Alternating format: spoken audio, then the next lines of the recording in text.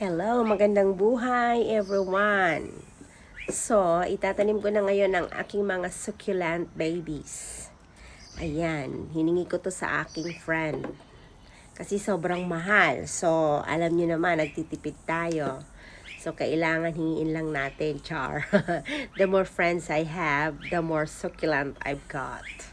O, di ba? Mahilig po talaga ako sa mga maliliit na halaman at aking palalakihin. Ayan, sabi kasi nila, ang mga cactus or succulent daw ay magandang alagaan. Kasi bakit? Pwede silang hindi madiligan, char. Parang OFW. Ang sabi nila, nabubuhay ng walang dilig. Charot. Joke lang po yun. Ayun, o, di ba? Ang dami nila. So, nakakatuwang tingnan. Ayan.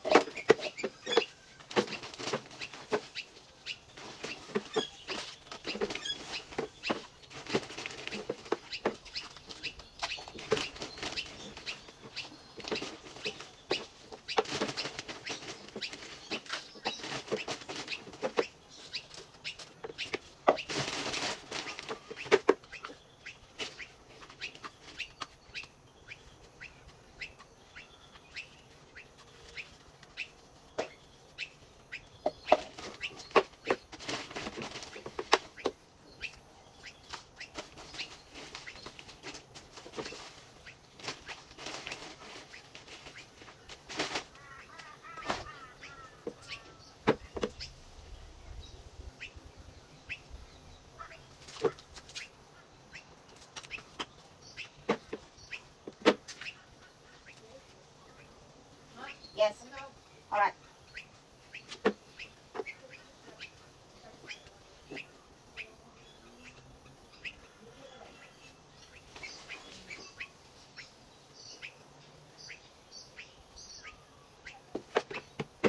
All right. Give it a minute.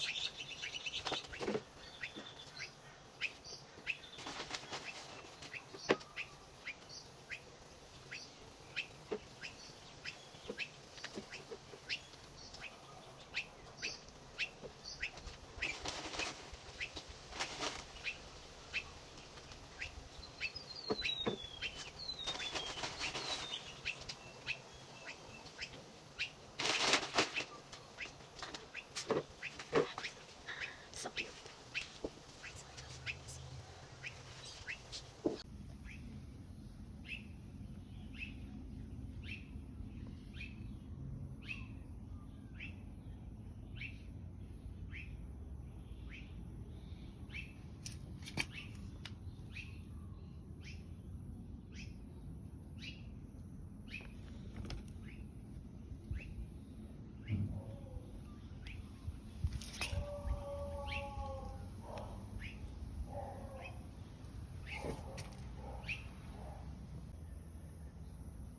Yan, isa yan sa mga hiningi ko. So, 1 month ago na siya. Ayan, ang bilis niyan lumago. Ayan. Yan, hiningi ko siya din. Ang lagunan niya, 1 month lang yan. Yan, ito din. Yan ang aking mga sariling koleksyon. Nakakatuwa. O, di ba? Ito, one of my friend, nagbigay niyan sa akin. Gift niya sa akin. Ayan, malaki na siya. O, di ba? Napakaganda.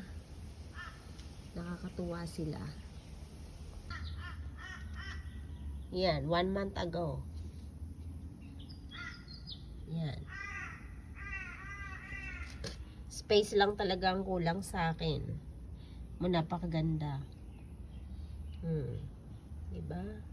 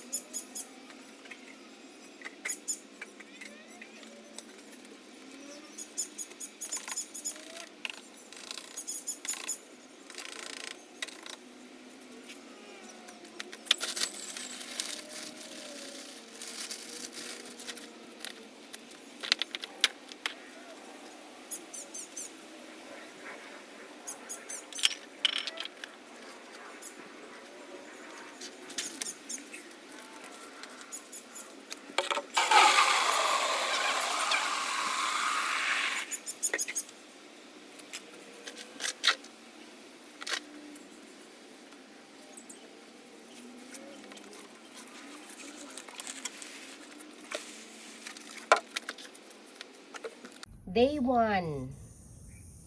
That's it. O, diba? Very nice.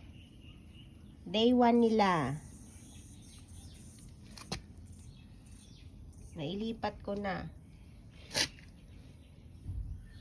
Kinulang ako sa soil. So, kailangan kong bumili. Ayan, malaki na oh. Kapiranggot lang yan dati. Ito din oh. Oh, meron pa. May natira pa ako.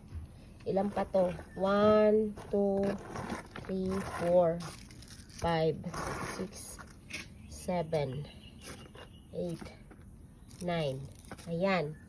Tusok ko muna sila dito. Kasi, tusok ko muna. Kasi sa sobrang busy ng life, ayan, baka makalimutan ko. Kaya dyan muna kayo ha, pansamantala. Dyan muna kayo.